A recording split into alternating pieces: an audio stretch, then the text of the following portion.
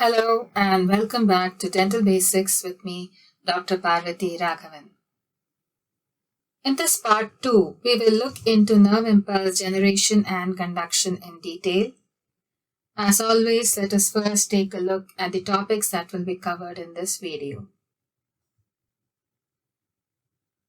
We will learn what diffusion is and its different types, stages in nerve conduction, the sodium-potassium pump. We're going to look at the action potential graph, different types of ion channels present in the nerve membrane, and finally finish off with a brief knowledge of neurotransmitters. The basic unit of all biological membrane, be it body cells, nerve cells, muscle cells, etc., is called the unit membrane. This image shows the cytoplasm inside the cell and the external environment outside. The unit membrane is made of bilayer, that is, 2 layers of phospholipids. It acts as a barrier between the cytoplasm and the external environment of the cell. But it is selectively permeable. Selective permeability allows the cell to control the composition of its cytoplasm. Due to selective permeability, molecules may pass the membrane freely, be blocked from crossing, or be allowed to cross but by binding with other molecules. It allows only those molecules to pass that are 1. Soluble in lipids, or 2. Have a low molecular weight. This property of the nerve membrane helps in maintaining a balance of fluid and electrolytes inside the cell irrespective of the changes happening extracellularly.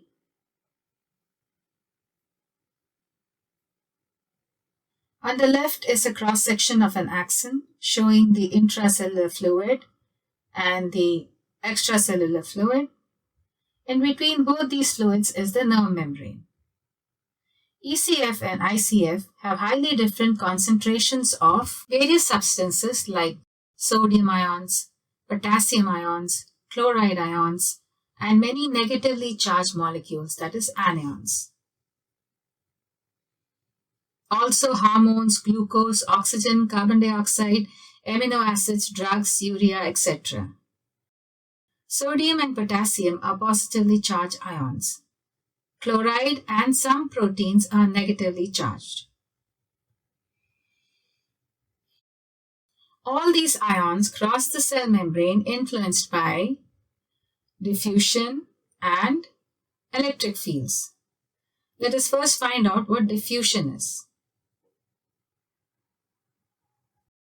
Nerve membrane is semi-permeable. It allows certain substances to pass through. When a solute is more concentrated in one area than the other, a concentration gradient occurs, leading to diffusion of solutes down their concentration gradient, from a region of high concentration to a region of low concentration. Diffusion is a physical process and can be compared to a downhill movement. If you're wondering why it occurs naturally to get a uniformly balanced concentration throughout the whole solution. For this, solutes can move by the following processes. 1. Simple diffusion. 2. Facilitated diffusion. And 3. Active transport. In simple diffusion, solutes move along their concentration gradient from a region of high concentration to a region of low concentration. In facilitated diffusion, solutes move along their concentration gradient after binding with carrier proteins, like the solute glucose binds with the hormone insulin for this type of diffusion. In active transport, solutes bind with carrier proteins and move against their concentration gradient into a region of higher concentration by using energy, that is ATP. Example, amino acids move into cells by this process.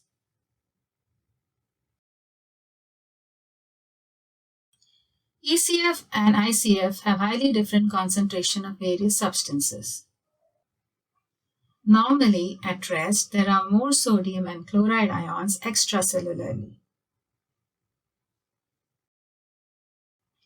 and more potassium and anions inside the cell.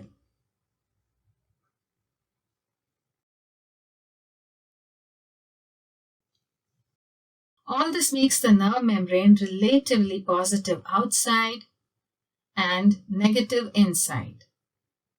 And this leads to the formation of electrostatic gradient, which can be defined as the difference in charge across a membrane.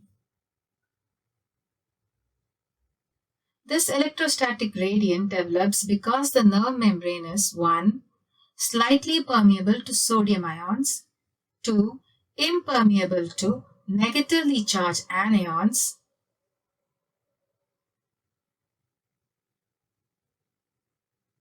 and 3. Freely permeable to potassium and chloride ions. But instead of freely flowing across the membrane along their concentration gradients, negatively charged chloride ions remain outside the nerve and positively charged potassium ions remain inside against their concentration gradient. How does this happen? The negative charges inside the nerve membrane 1. Force the outward migration of chloride ions.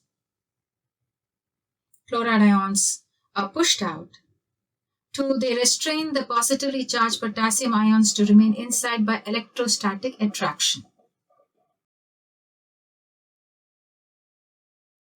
Thus, the nerve membrane maintains a resting potential of -60 to -90 millivolts by the action of 1. Concentration gradient, which causes diffusion of solutes from a region of high concentration to low concentration till equilibrium is reached, and 2. Electrostatic gradient, which brings about electric force of mutual attraction between particles with opposite electrical charges and mutual repulsion between particles with the same type of electric charges. We have been talking about potassium and chloride ions, but what happens to the sodium ions that are slightly permeable?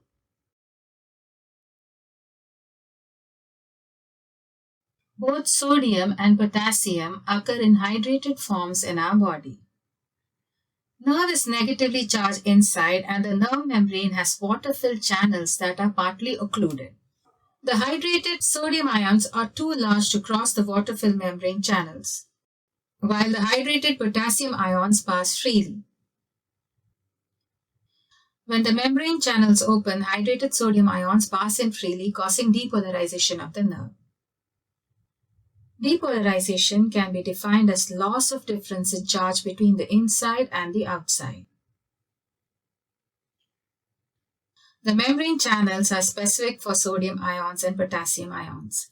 Sodium channel gates are present near the outer surface of the nerve membrane, while the potassium channel gates are present near the inner surface.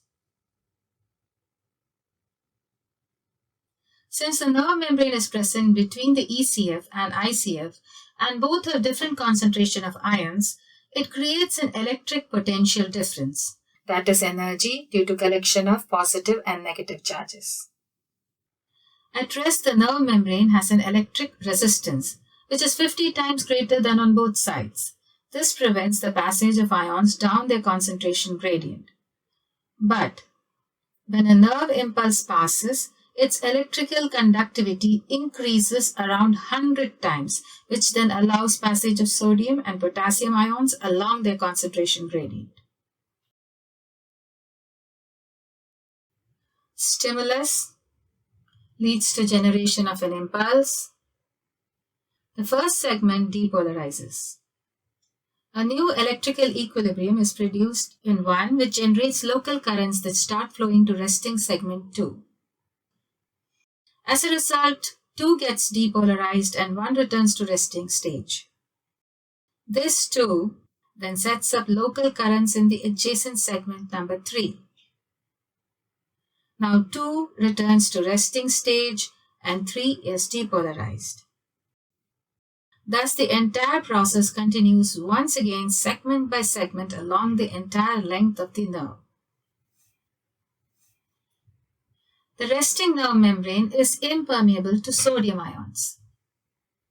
It is negative inside. Stimulus causes excitation, leading to temporary increase in sodium ion permeability, causing the nerve cell to become less negative inside. When this process continues, a critical threshold or size is reached called the firing threshold, at which depolarization of the nerve becomes self-generating or automatic.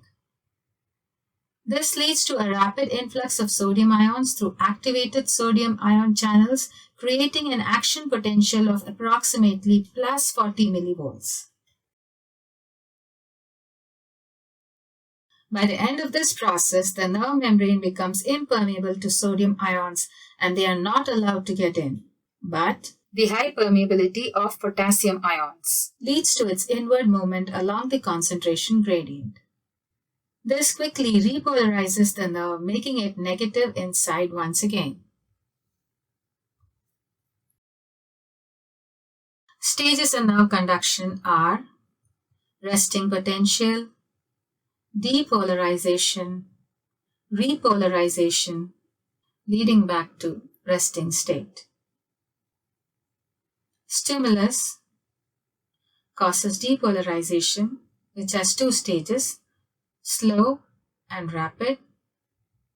When transmembrane potential gets reduced by 15 millivolts from resting potential, firing threshold is reached, causing the rapid depolarization, leading to plus 40 millivolts inside the nerve.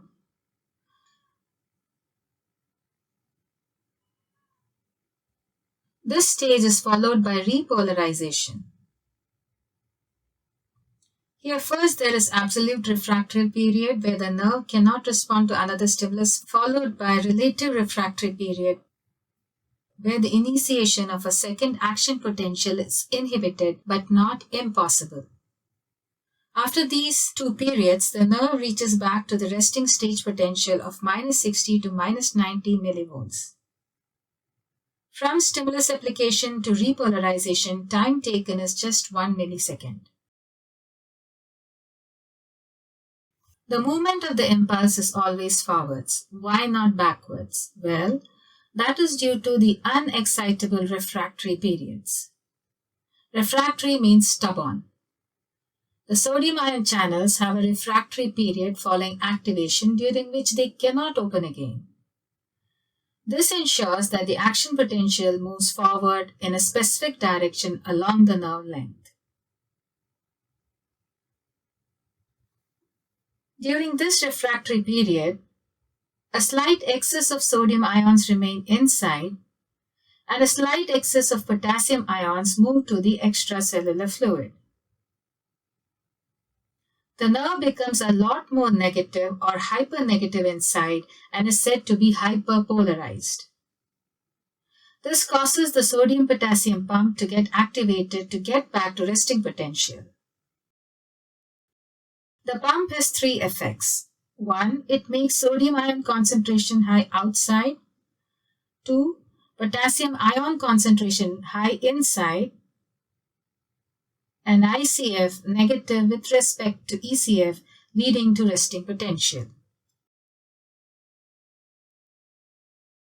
The sodium-potassium ATPase enzyme is called the sodium-potassium pump.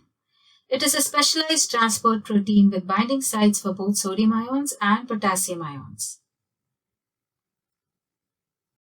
There is active transport of sodium ions out and potassium ions in.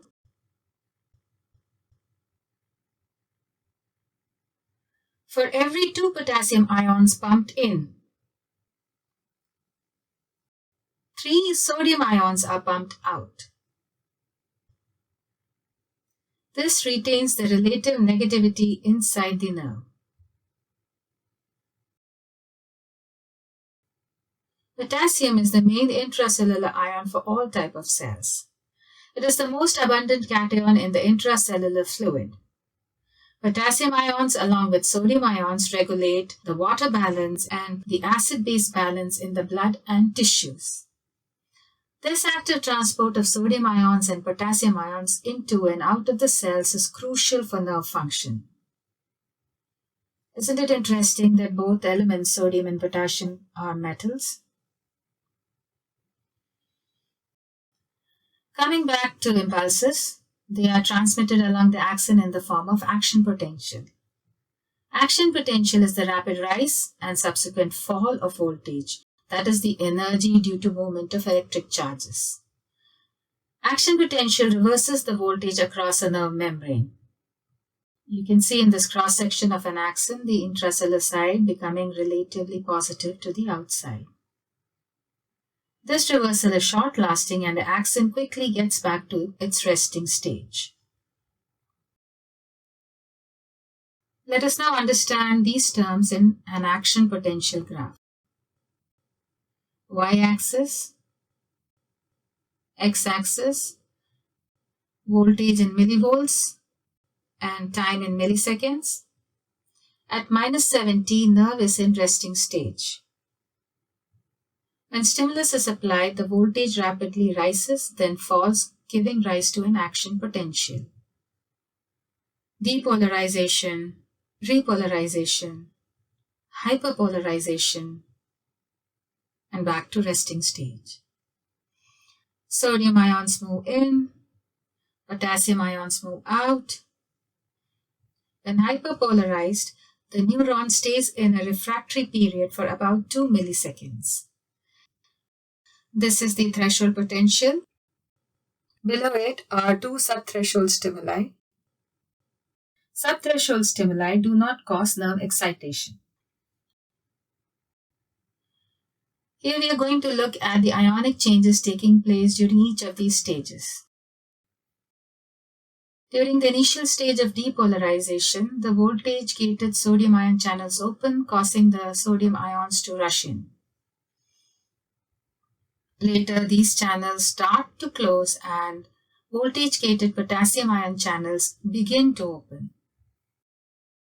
As repolarization starts, the sodium ion channels close fully and voltage-gated potassium ion channels open, causing potassium ions to rush out from inside. As it reaches close to the threshold potential, potassium ion channels begin to close and potassium moves out slowly. As the voltage becomes more negative and the nerve becomes hyperpolarized, some potassium ion channels continue to remain open. When all of them close, there is activation of the sodium-potassium pump and nerve reaches the resting potential, where both voltage-gated potassium and sodium ion channels are closed. Ion channels are formed by proteins, which are transmembrane proteins, about which we learned in part 1 of the video. Channel proteins can be non-gated or gated. Non-gated stay open all the time, allowing ions and water to freely flow through the cell membrane. They are more often found in organelles and places where ion gradients are not required to be maintained. Gated channels remain closed and open only when they receive special chemical or electrical signals. Electrical signals are created by flooding of ions in the membrane next to them. Chemical signals, example, are by neurotransmitters. Each channel protein has a size and shape which is specific for the passage of a particular molecule. The channels are different for sodium ions and potassium ions. At the bottom of the page is the nerve, and these are the membrane channels. The non-gated channels are leaky channels. Gated can be mechanical gated, voltage gated, and ligand gated. Leaky channels are always open and allow sodium and potassium ions to move along their concentration gradient. Mechanical gated open and close due to physical distortion of the cell membrane, example, channels associated with sense of touch. As the name suggests, voltage gated open and close based on the difference in the positive and negative charges across the nerve membrane. They are specific for sodium, potassium, chloride, and calcium ions. Ligand gated open and close in response to binding of a ligand. Ligand originates from the Latin word ligandus. It means to bind. A ligand is a molecule that binds to another specific molecule to serve a biological purpose. Ligand-gated channels are a group of transmembrane ion channel proteins which are ionotrophic, that is, have affinity or liking for ions. They are found predominantly at sites of synaptic contact, on dendrite and soma of nerve cells, and also on presynaptic membranes near release sites. In response to binding of a ligand, the ligand-gated channels open, allowing ions to pass through the nerve membrane. This is the synapse. Let us take a close-up look of this area. Synapse, presynaptic end, postsynaptic end. When the impulses reach the nerve terminals, they signal the fusion of synaptic vesicles with the plasma membrane. Neurotransmitters present in the synaptic vesicles are released from the presynaptic cell into the synapse. These neurotransmitters then bind to receptors on the membrane and open ligand-gated ion channels which allow ions to pass through. On the left, the ligand-gated channels are closed, and here on the right, they are open. We just saw that neurotransmitters are released from the presynaptic end, and the receptors which take up these neurotransmitters are located at the postsynaptic end on the next neuron, forcing the signals to travel forward in one direction from neuron 1 towards neuron 2. Neurotransmitters are chemical substances, small amine molecules, amino acids, or neuropeptides released at the end of a nerve fiber on arrival of a nerve impulse. Impulses are electrical signals and cannot cross the gap between the neurons. Neurotransmitters convert electrical signals into chemical ones. Examples of neurotransmitters are acetylcholine, adrenaline, noradrenaline, dopamine, serotonin, GABA, etc. Neurons containing acetylcholine are called cholinergic, adrenaline as adrenergic. So we also have noradrenergic, dopaminergic, serotonergic, etc. As a rule, a given neuron contains a single type of neurotransmitter, but there are instances when one nerve terminal may contain more than one type of neurotransmitter. This finishes off the video about nerve impulse generation and conduction. Thank you for liking and sharing.